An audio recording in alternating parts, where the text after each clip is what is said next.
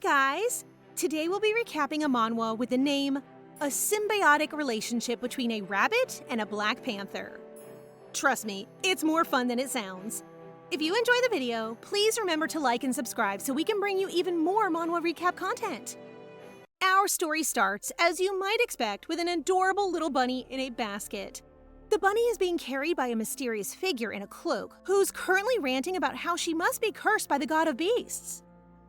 You see, in this world, kids spend their childhood years as animals. When they reach 3 years old, they turn into humans and grow up normally after that. But that's not what happened for this little bunny. As the years went by, and still she stayed in her animal form, her family grew frustrated, convinced that she was cursed. Maybe that's how she ended up in this basket. It seems like her captors are taking her into the territory of the Black Panthers to get rid of her. Now the bunny is freaking out. She can hear all sorts of terrifying noises, but doesn't see anything, until a hand suddenly reaches in and picks her up. Is this the end for poor baby rabbit? She is pulled out of the basket by a handsome but terrifying stranger, clearly a high-ranking member of the Black Panther community. The bunny starts to squirm, convinced she's going to be eaten, but the panther boy actually finds her kind of cute. By the way, that adorable little ball of fluff is known as Vivi Lavion. She was born into the noble Lavion family, who threw her into the Black Panther territory out of shame, hoping to get rid of the stain on their legacy. Yeesh! What kind of parents would just throw out their daughter like that? To her surprise, Vivi wasn't gobbled up by that panther prince. Instead, he took her home and gave her a nice big room all to herself. Of course, she still doesn't exactly trust her host. After all, he slaughtered her captors in cold blood right before her eyes. Now might be her only chance to escape, so Vivi takes a leap of faith. Literally. Before she even touches the ground, she is caught by a man who appears to be a butler. He looks very similar to the boy who found her first, which means he's probably also a Black Panther. He's a lot less intimidating than the last one, though. He asks Vivi several questions before realizing she can't answer him, so he puts her gently down and warns her to be more careful. Apparently, she's now considered one of Master Ahin's possessions, which means she needs to take pride in her hygiene and health. But not because he cares about her well-being or anything. No, just in case Ahin wants a midnight snack. After hearing that, Vivi faints from shock, and I mean, can you blame her? A brief visit from the doctor confirms that she's perfectly healthy, but he's deeply confused. She doesn't seem to be an ordinary rabbit, but she isn't showing any signs of being able to transform into a human. Sweet Vivi is worried she'll become a test subject for the many scholars in the Black Panther territory. Personally, I still think she should be more worried about them eating her. The doctor leaves her alone with the butler, who introduces himself as Rudd Evren. He's just as confused as she is about why Master Ahin brought her home. Just on time, the man of the hour appears to confirm her suspicions. He even requests the chef to grill her up with his breakfast. Seriously, these people are more beast than human. Later that evening, Vivi is shaking with fear while she sleeps beside her new owner. She just can't find a good opportunity to escape. Even if she makes it out of this mansion, she'll still be in dangerous Black Panther territory. And it's not like there's a family waiting for her back home. Discouraged, she turns to the only person who's shown her a sliver of kindness so far. That's right, the guy who's planning to eat her tomorrow. She's just reaching out to boop his nose when suddenly his eyes fly open and Vivi gets the shock of her life. They kind of just stare at each other for a minute, then Vivi scrambles under a pillow to hide.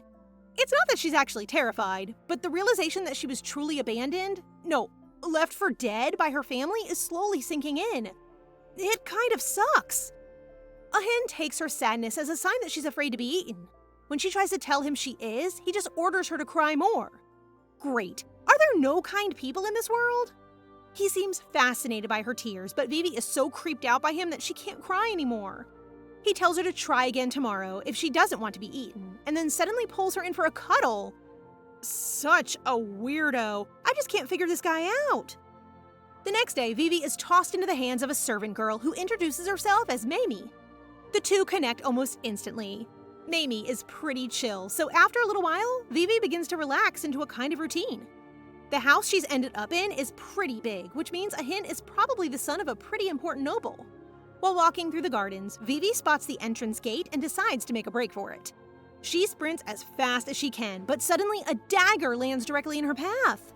Screeching to a halt, Vivi bumps her head on the blade and practically passes out. Then Mamie comes over and casually picks up the blade and the dizzy bunny, warning her to stay away from the dangerous world outside. Yeah, right. As if the people in this mansion aren't dangerous enough.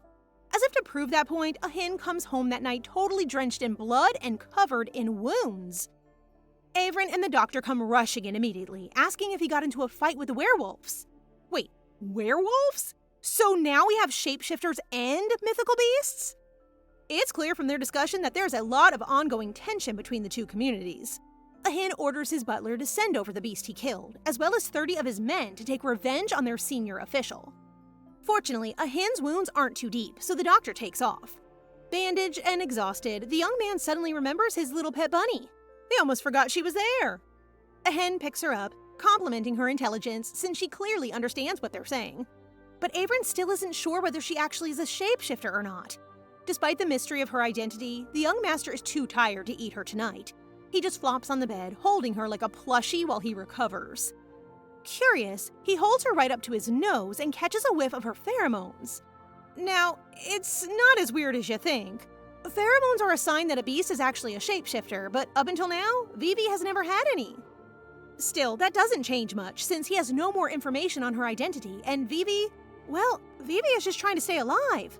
The next morning, a hen is back in his training, acting like he wasn't heavily wounded just the night before. Averin tries to caution him, but with the wolf clan continuously invading their territory these days, a hen doesn't have much time to rest. Besides, his abilities are so strong that most of his wounds have miraculously healed. Still curious about Vivi's origins, he orders his butler to do some investigation on the noble families of the rabbit territory, specifically whether anyone has disappeared or been pronounced dead as of late. Meanwhile, Vivi is being introduced to the lady of the household, a hen's mother. And if you are wondering who the real owner of this mansion is, look no further. Vivi has been here 10 days now, so it's high time she met the lady of the manor. She dismisses Mamie, asking for a moment alone with her son's pet. She does realize she can't speak, right? But the lady only asks her to hold out her hand, then her leg, watching Vivi follow every order perfectly. It almost seems like she might have found an ally, until the woman mentions that she's being raised for food. Oh, come on already! Are they going to eat her or not? Over the last week or so, Vivi has endured taunting and poking from Averin and a hen. She's been slowly relaxing into her position in the manor, but the lady warns her not to get complacent. After all, predators get bored when their prey becomes easy. Interestingly, a hen's mother can also sense her pheromones, but only the tiniest little bit. That evening, Vivi wonders if these panthers can sense her hormones because they have a heightened sense of smell in comparison to bunnies. For shapeshifters, pheromones are only supposed to appear after they reach maturity and are able to take their human form, although there are exceptions. Suddenly hopeful, Vivi tries to make herself transform, with very little success. A hen, as always, walks in at the perfect moment to interrupt, announcing that he got a scratch in another tussle with the wolves. It is literally just a scratch, but he seems to think Vivi somehow makes him heal faster and orders her to heal him. Bro, she can't even speak. How do you expect her to perform miracles?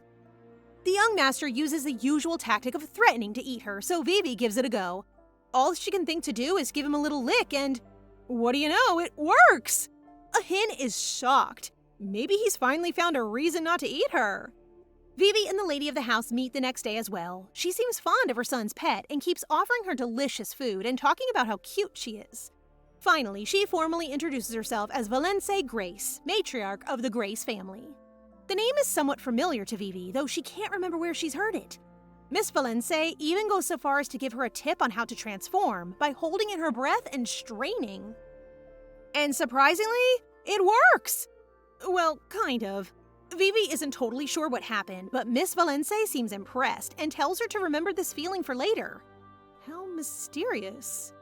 Later, in a carriage with a hen and Averin, the panthers tease her by trying to make her catch a doll on a stick. At this point, aren't they kind of bullying her?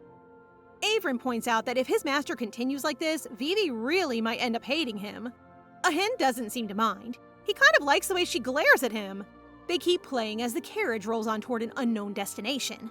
Vivi didn't have much chance to glimpse the outside world, even when she was in bunny territory, so it's kind of exciting. She wants to go and explore it for herself, but for the time being, she is shoved in her master's pocket for safekeeping. They soon arrive at their destination, the temple. This place is very familiar to Vivi, and for all the wrong reasons. The priests called her cursed, they called her useless, giving her family even more of an excuse to treat her like trash. It brings back horrible memories, so Vivi snuggles up tight inside her master's pocket. They go right to the heart of the temple, where the very same priest who cursed her is waiting. Oh no, this must be so traumatic for her. Fortunately, a hen sets her aside and tells her to wait, while he and Averin go and meet the high priest. They're probably not talking about anything special, but Vivi is so panicked that she starts to freak out, assuming they're talking about her. Not wanting to repeat the past, she suddenly leaps off the counter and makes a break for it. She sprints out of the inner sanctum and ends up in front of a statue of the animal god, desperately praying for answers. Why has she never been able to turn into a human? Is she truly cursed? Poor Vivi is so overwhelmed that she starts to cry. A hen runs up to her, panting and clearly a little annoyed. He and Averin have no idea what happened, but they can at least tell she doesn't like being in the temple. So they decide to head back home at once. That evening, Vivi is casually laying on the bed with a half-nude hen because apparently that's not weird at all. Mr. Panther starts with his usual vague threats, stroking her ears while insinuating that he could throw her away if she tries to escape again. Yeah, haven't we heard all this before? Besides, what else is she supposed to do when he keeps acting so creepy and possessive? I would run away too.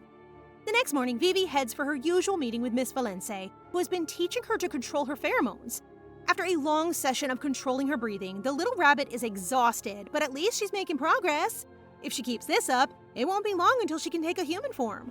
Miss Valence also lends her a book, because yes, bunnies can read. It helps her understand the theory of pheromones, which, if you didn't know, are a kind of scent that humans give off. In this world, they also double as an aura that can manifest as unique abilities according to their type.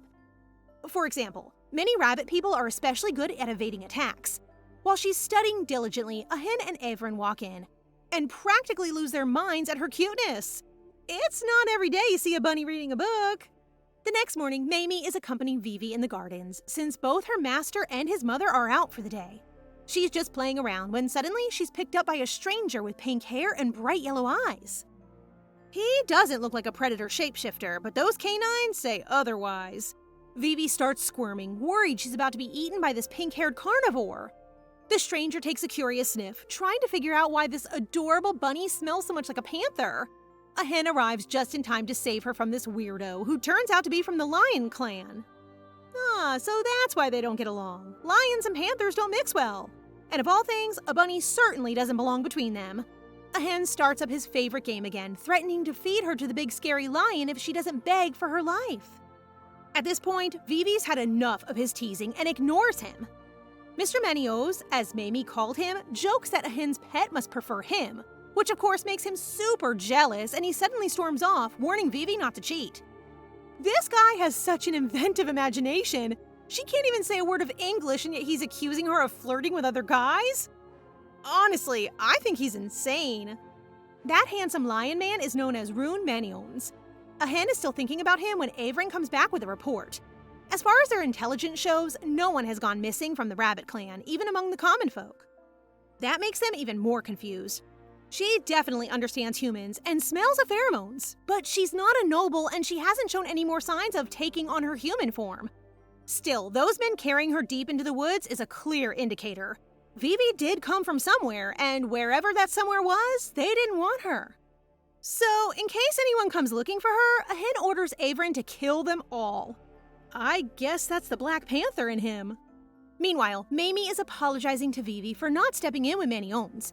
Since he's a high-ranking noble, she can't interfere, especially when he comes as a representative for his clan. While he's around, she suggests Vivi stay inside for her own protection. Maybe it's just me, but that Maniones guy seemed a lot less likely to eat her than a hen does 90% of the time. In the evening, a hen comes to check that she's got rid of the lion scent. Averin points out that it's kind of weird that Vivi has been here a whole month and they still haven't given her a name. A hen is well aware that she might already have a name, but it's not like Vivi can tell him. Once Averin excuses himself, a hen suddenly pulls her onto the floor, landing her in a plate of ink. But for once, he's not trying to mess with her. He wants her to write down her name. Oh, that's actually kind of smart. After a painstaking effort, she manages to write down her name. Finally, now maybe he'll treat her with some respect since he knows she has a name. The first thing he does is try to take a bite out of her, but he's only trying to get rid of the last of Manion's scent. He wasn't kidding when he said he was possessive. Vivi ends up falling asleep after scenting his pheromones and wakes up beside him on the bed. She reaches out to touch him, but her inky black paws have disappeared. Wait, did she finally become human? Was it his pheromones that made her shift? Before we find out what really happened, we get a glimpse of what life is like back in Vivi's former home. Her mother hasn't heard back from her henchmen yet, but she doesn't think they would have turned on the family. A boy who appears to be her son assures his mother that everything must have gone according to plan. They do worry that the Grace family might have got involved, since they were told to dispose of her near their residence. Oh, if they only knew. Back at the estate, it turns out Vivi's human hand was a false alarm. She only saw what she was hoping to see. The truth is, she is still stuck in bunny form. A hen finds her having something of an existential crisis by the mirror and wonders what could possibly be the matter. One of his butlers suggests that she might be hungry, which prompts a hen to make yet another joke about eating her. Give it up already, bud. We all know you're not going to do it. Later on, while taking a walk, Vivi runs into Miss Valence again. She wants to tell her what happened last night and tries to act out the scene where a hen bit her. It doesn't make a lot of sense, as you could probably guess. Actually, she just assumes the same as her son and thinks her bunny guest is hungry. Oh, these panthers. All they think about is food. Little do they know that somewhere out in their territory, some rabbit clan detectives have just discovered the bones of their henchmen. Seems like things are about to get interesting.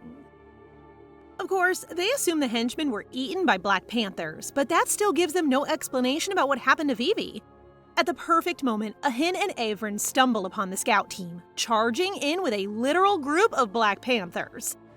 By the way, am I the only one confused about whether adults can actually shapeshift or not? Because otherwise, doesn't that mean those panthers are actually underage kids? I'm getting distracted. Anyway, the rabbit patrol recognizes them and immediately knows that they're in trouble.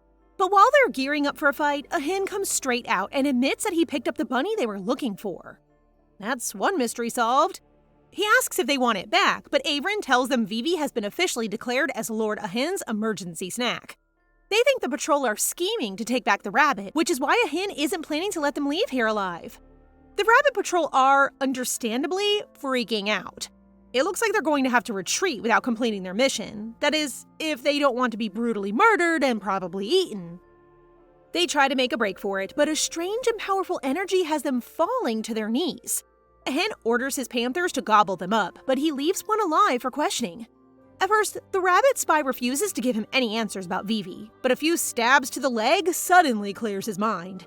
He admits what Ahin already suspected, that Vivi is a shapeshifter. But he also reveals that she's been stuck in this form her entire life. In fact, she's already 18. Finally, the secret's out.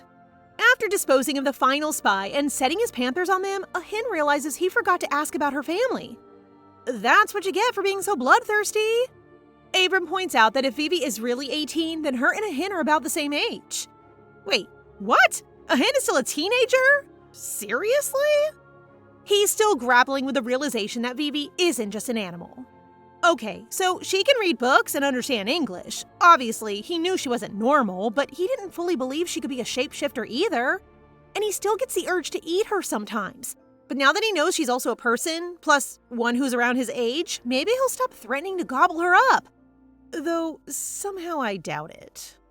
Averin starts asking a lot of questions about what happens now, irritating Ahin enough to set the panthers on him.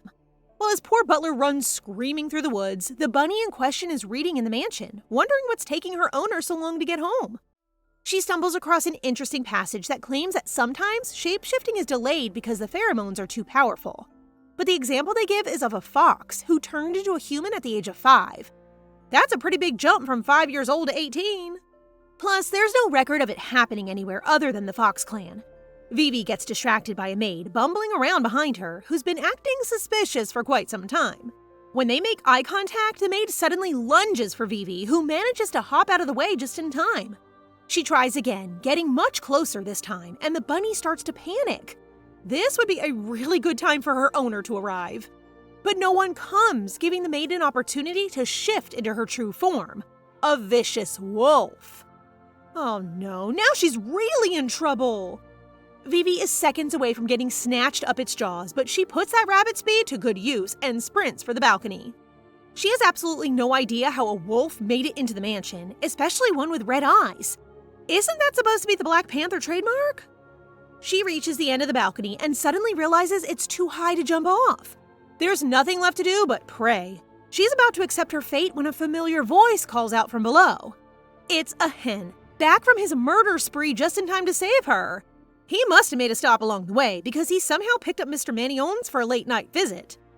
Perfect! A black panther and a lion might just be the right team to defeat a wolf shapeshifter.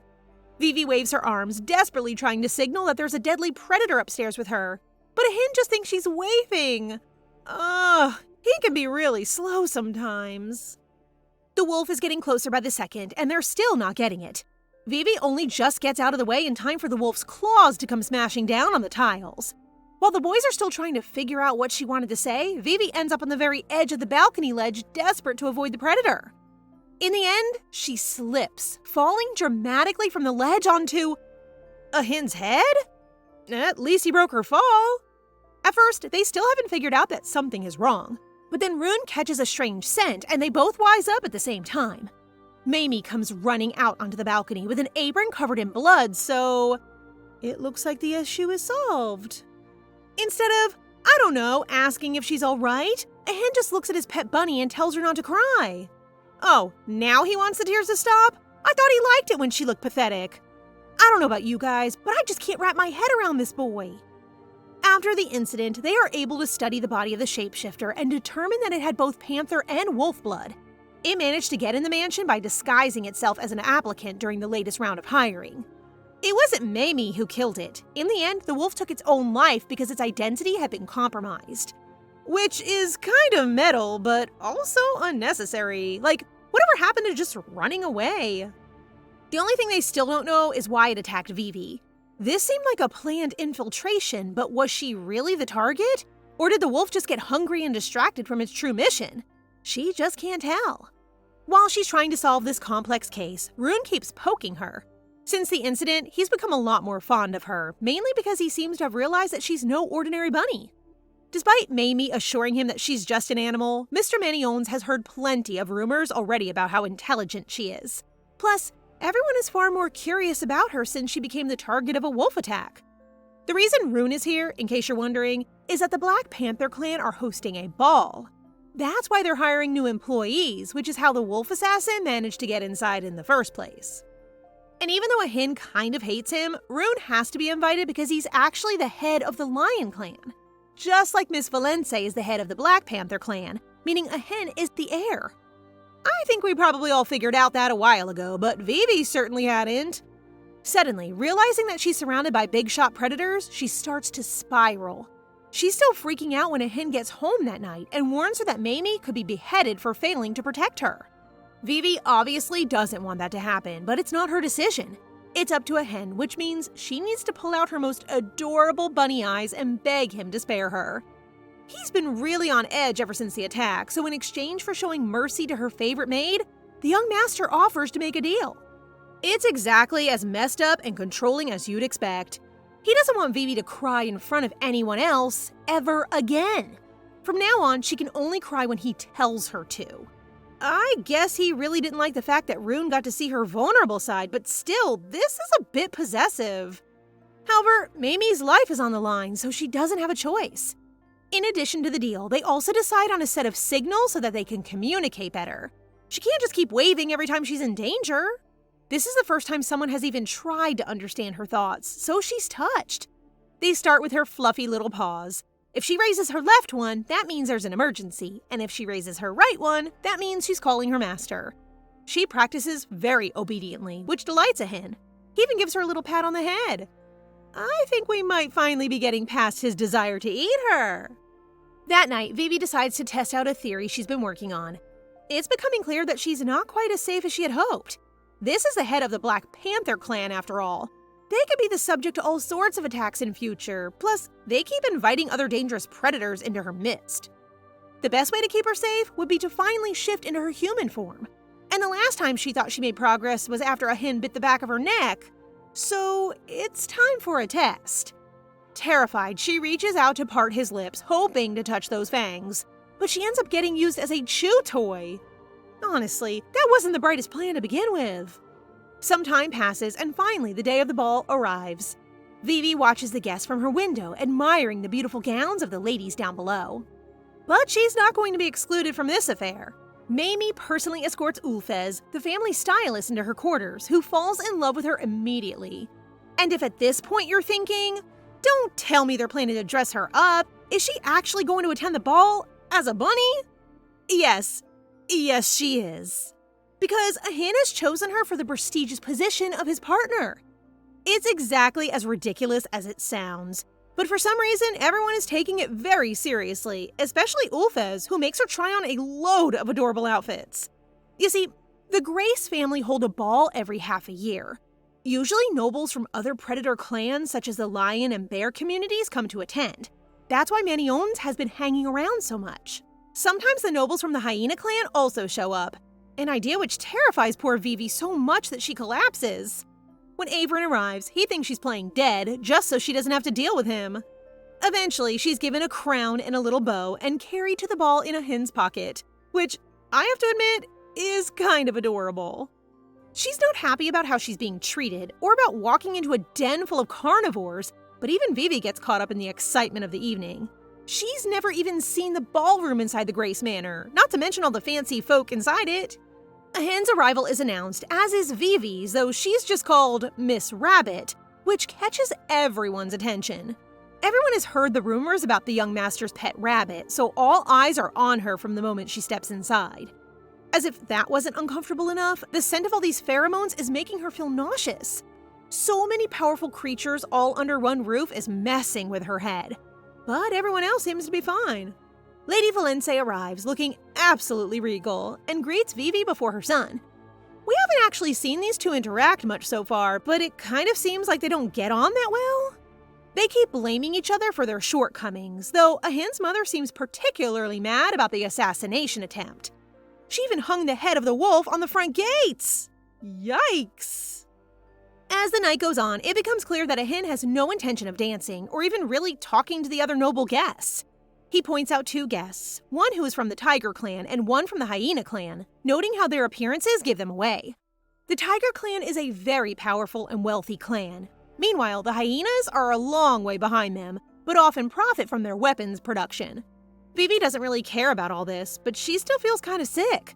She's about to ask if she can go back to their room when a lady in red with bright green eyes appear. I've got a bad feeling about this one. This lady is from the Fox territory and seems to enjoy flirting openly with Ahin, even though he shuts her down at every turn. Her pheromones are so strong that they make Vivi gag, but I don't think it's because of her powers. Apparently, it's common for foxes to take on multiple lovers, and that woman already has not one, not two, but 5 husbands. Honestly, it's kind of a girl boss move if you ask me. Finally, Vivi gets overwhelmed by her senses and starts shaking from the pain. The moment Ahin sets her down, she sprints off to the room, no longer able to stand being around the other nobles. She really doesn't want to collapse in front of all the important guests, so she finds a quiet corner and lays down, panting. She's been struggling the whole evening, but it was after that lady from the Fox clan came over that she really took a turn. And it's not just sickness anymore, she's in a lot of pain. She starts to lose consciousness, no longer sure of her surroundings or how long it's been since she's fainted. She's worried about Ahin and what will happen if he finds her passed out. But when Vivi opens her eyes, she doesn't see her fuzzy little paws, but human hair. And a human hand. 2 of them. There's arms, legs, a face, and would you know it? A whole human body where a fuzzy bunny has been for 18 years straight. She finally transformed. She's very pretty, but also very naked. Not wanting to be found in this condition, she grabs a blanket and covers herself, suddenly cold without the fur she's been used to all her life. She's been waiting for this moment desperately ever since she was little, but now Vivi is more concerned than relieved. What will Ahin say when he sees her? What will he do now that she's no longer his cuddly midnight snack? Can she keep living in the mansion like this? Suddenly, the sound of boots on the floor alerts her to a stranger's arrival. Rune Maniones lifts up the tablecloth to find a half-naked girl with nothing but a shawl covering her. As anyone would be, he's pretty caught off guard. But Vivi can't just let him walk out and tell everybody, so she tries to stop him and ends up straddling the poor guy, although something tells me he doesn't mind so much. He actually came searching because he knew the rabbit ran into this room. But he certainly wasn't expecting this. Fortunately, he's not as stupid as a hen and puts 2 and 2 together right away. Vivi tries to explain herself, finally able to use a voice for the first time in her life. Only, she doesn't know how. For some reason, Maniones finds it kind of adorable, although, let's be honest, that's probably got more to do with the fact that she's half naked right now. Finally, Vivi gets a hold of herself and announces that she's not a shapeshifter. But Maniones doesn't believe that one bit. In fact, he can feel Black Panther pheromones radiating from her even now. But that doesn't make sense. Why does she have the aura of a panther when she's a rabbit? Both Maniones and Vivi are still scratching their heads when a hen suddenly walks in. The moment he spots the head of the lion clan, he orders Averin to hand him a sword. Uh-oh. It looks like Panther and Lion are about to get their claws out, but fortunately, Averin refuses to get involved. He's not about to start a war between 2 of the most powerful predator clans, especially not over some rabbit. Because, in case you hadn't noticed, a hen isn't paying attention to the naked girl in the room, which is because she's no longer there. She's turned back into a rabbit, making it look like Maniones was trying to smuggle her away. The poor lion cub is even more confused than Vivi, who has no idea how she just transformed again. A hen is seeing red, but before Maniones can explain what happened, Vivi headbutts him. She really doesn't want to test the panther's hospitality, and if they found out she can transform, then things could get complicated. So she doesn't let him spill her secret, giving him a few sharp kicks to the cheek to shut him up. This seems to satisfy her master, who picks her up and puts away his sword. Unfortunately, by now, half the guests from the ball have walked in and witnessed the altercation. I guess Maniones is going to have to make peace with his new reputation as a rabbit thief. I mean, it could be worse. Imagine if they caught him in there with a naked girl. But despite the damage to his reputation, the one thing he can't stop thinking about is how much panther pheromone she was giving off.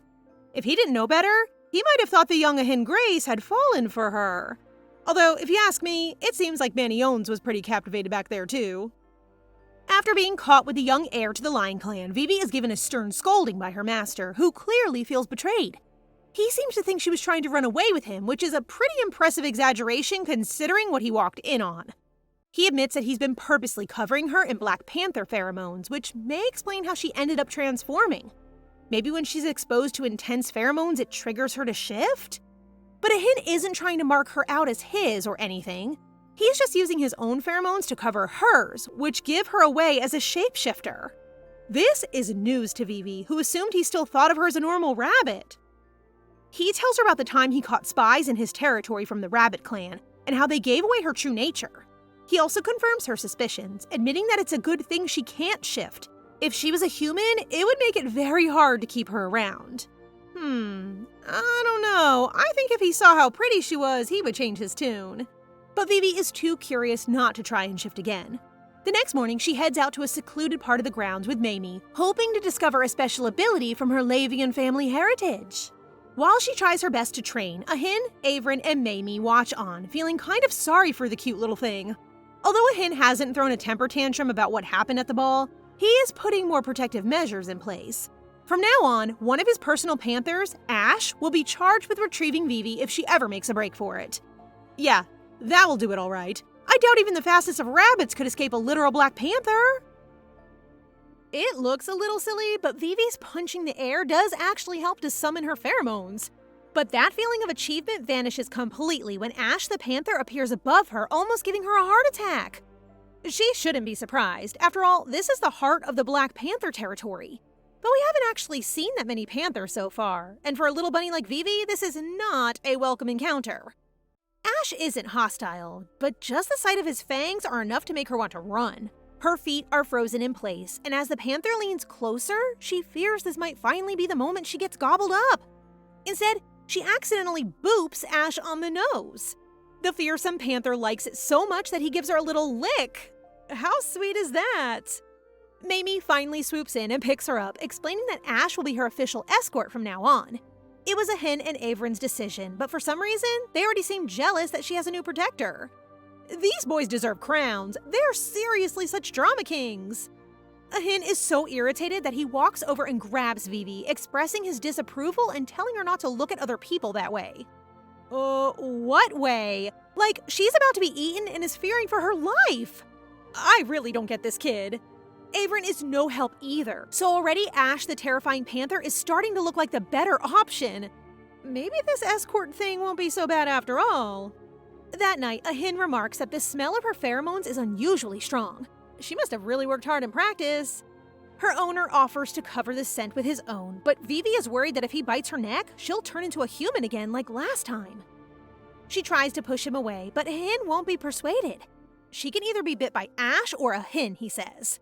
Obviously, Vivi doesn't want to go near the actual fangs of a panther, so she has no choice but to let her master do it. Later that night, she wakes up in bed beside a hen in her human form. Her very naked human form. Damn, this girl is going to have to start carrying around an emergency robe or something. Someday this situation is going to seriously backfire. When a hen bit her before they fell asleep, she held her breath so she didn't breathe in any of his pheromones. So how did she shift again? Maybe this is just a coincidence, or maybe she can be affected by pheromones even just from being around him for a long time, in which case, our Vivi's in big trouble. But first of all, she needs to get out of this bed. After finally wrestling free of a hen's grip, she comes face to face with Ash, now staring at her with a very suspicious look. Fortunately, he doesn't attack. He's actually just sleeping with his eyes open. But in the time it takes for Vivi to figure that out, sleepy old hen has latched on again. Even when he's unconscious, he has to have his bunny close. She tries to shake him off, quietly calling his name. Apparently, her owner is the heaviest sleeper in the whole world because he doesn't move a muscle even when she starts slapping him. All of a sudden, she realizes that maybe they're sleeping so deeply because of her. She can feel the pheromones moving around in her body right now, and even Miss Valence made a comment about how Vivi's scent makes her more relaxed. Damn, that's kind of a weird ability. It also must not be very strong, since Ash the Panther suddenly opens his eyes and starts strolling towards her. Luckily, it seems like he recognizes her scent, so she pulls herself away from a hen and not so graciously tumbles out of bed. At this point, it's a minor miracle that a hen hasn't woken up. Her guardian Ash is very dedicated and even brings her a blanket to cover up with. What a good little kitty! The next morning, a hen wakes up with no idea what happened last night. Though he is a little suspicious about how strongly Vivi protested when he tried to bite her. Maybe his pheromones are a little overwhelming. Anyway, he's well aware that it's because of her pheromones that he can sleep so deeply. But when he turns over, his personal sleeping pill is nowhere to be found. Instead, she's snuggled up with Ash under a makeshift blanket. What an adorable scene. Even a hen finds him cute, but his attention is snagged by 2 strands of pink hair left on his bed covers. Oops, that is quite the giveaway. While he's slowly putting the pieces together, Vivi is having a lovely dream about flying through the sky. Almost instantly, everything turns dark and a hen's voice starts to break through. She wakes up with a start to find him holding her on the bed. He doesn't seem mad, so he probably hasn't figured out her secret. But he is a little jealous about the fact that she slept with Ash instead of him. She doesn't want to encourage that famous temper of his, so she just pretends that Ash took her off the bed. But Vivi regrets throwing him under the bus almost instantly when a hen suggests punishing the poor creature. She tries to change his mind, but accidentally tugs on his sleeve, revealing a glimpse of his torso. Actually, scratch that. I don't think it was an accident. A hen catches her staring and becomes really smug, even offering to take off the rest of the robe. You see, this is why I have trouble believing that he's just 18. I mean, look at him. Elsewhere, there are some nobles wearing slightly more clothes discussing the recent ball held at the Grace household. Already a rumor is going around that the next head of the Black Panther clan is in love with his pet. I guess he wasn't exactly being subtle when he brought her to the dance as his official partner. These particular ladies weren't in attendance, but they still know the pet in question was a bunny. When Vivi's mother hears that, her blood runs cold. She drops her teacup in shock. After all, wouldn't that explain how 2 sets of her henchmen went missing in the Black Panther territory? While the ladies are gossiping, Maniones is attending an important meeting between the clans. A hen and Averin are present, though, as usual, a hen is acting so moody that it's throwing the others off. Just when the lion heir is about to ask, a hen turns and asks him if anything unusual happened at the ball. Uh-oh, I think he's finally catching on. Now Maniones is in a tough position. Vivi made it pretty clear that she didn't want a hen to know, but he finds it hard to believe someone as smart as him wouldn't have found out already. In the end, he dodges the question, which seems to reassure a hen a bit. They go back to bickering like usual, catching the attention of the other council members who start to whisper nervously. Averin steps in, reminding the boys to act their age and put on a good show in front of the other clans. For once, Maniones and Ahin can agree on something, that this is none of Averin's business. Oh, that poor man. He does try his best. When the young Panther heir returns to his mansion that afternoon, he finds Vivi back at the training grounds again, accompanied by a very sleepy Ash. I guess her pheromones were amplified while she was practicing. They must have got so strong that he fell asleep. Ahin picks her up, bringing the Panther back to his senses.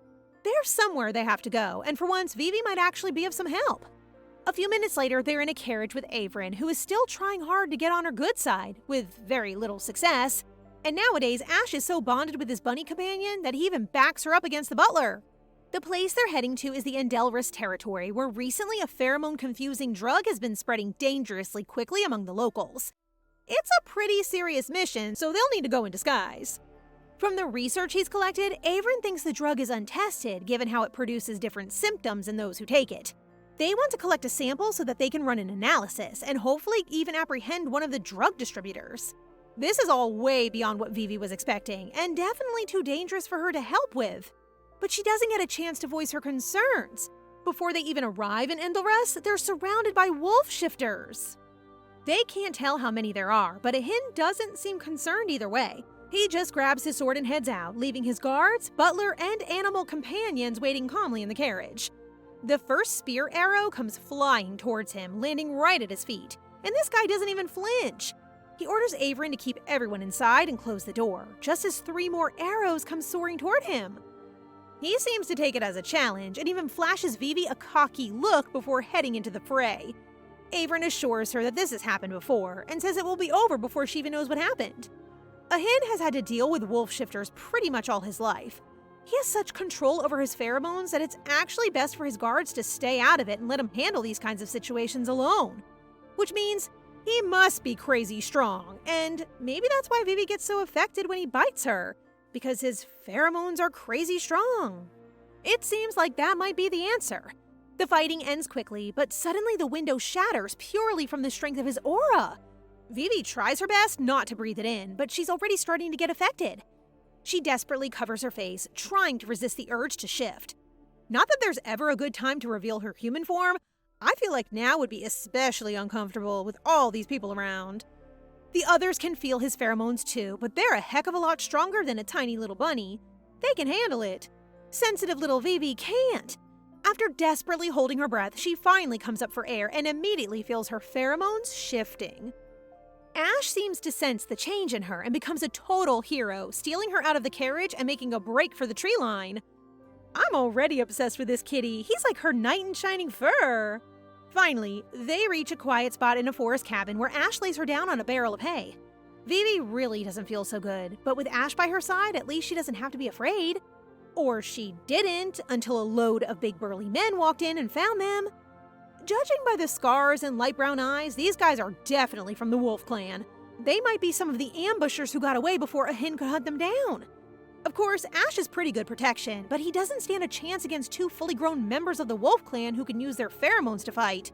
They need to get out of here. Fast. Unfortunately, the word run doesn't seem to exist in Ash's vocabulary. He does his job and defends Vivi by launching at the wolf shifters, even though it's a hopeless fight. Vivi watches in horror as the wolves get her bodyguard on the ground.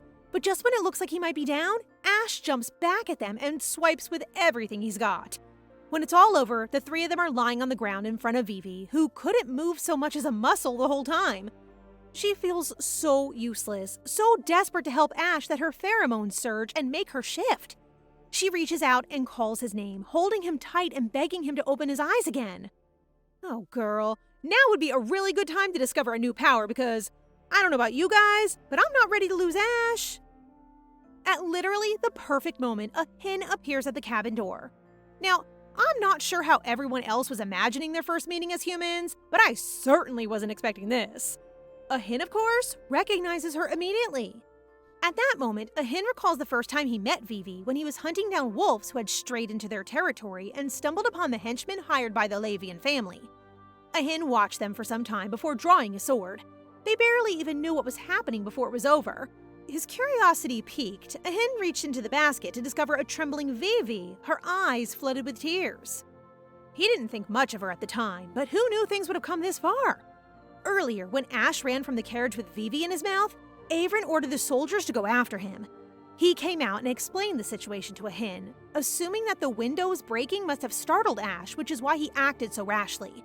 Obviously, that's not what happened, but the thing that surprises a hen is that the windows broke. Does that mean it wasn't his pheromones that caused them to shatter? An idea popped up, so he abandoned the battle to chase after his bunny. Damn, I hope Averin was okay fending off those wolves on his own. As he ran after Ash's scent, a hen's mind was swimming with possibilities, everything coming together at the last minute. Every time Vivi has acted strangely so far, it's been triggered by a powerful set of pheromones. Then there was the hair on the bed. I mean, how could he not have figured it out? When a hen arrived at the cabin, he could already smell the blood, but nothing could have prepared him for what lay inside. Vivi is speechless for a moment. I mean, what would you say in this situation? But when Ash groans, she starts to panic again. He still hasn't stopped bleeding. A hen, cool and collected as always, lays his coat over her shoulders and tells her to step aside. It doesn't take long for him to realize the wounds are too severe. There isn't time to make it to a doctor. Hearing that sends Vivi into a state of utter desperation. She refuses to accept it, grabbing her panther partner tightly and sending out a surge of pheromones. She doesn't seem to notice what she's done. A hen has to shake her to stop from crying. When she does, he points out that Ash's injuries are already healing, supernaturally fast. For some reason, Vivi assumes it's because the strength of a hen's pheromones, which, I mean, come on, girl.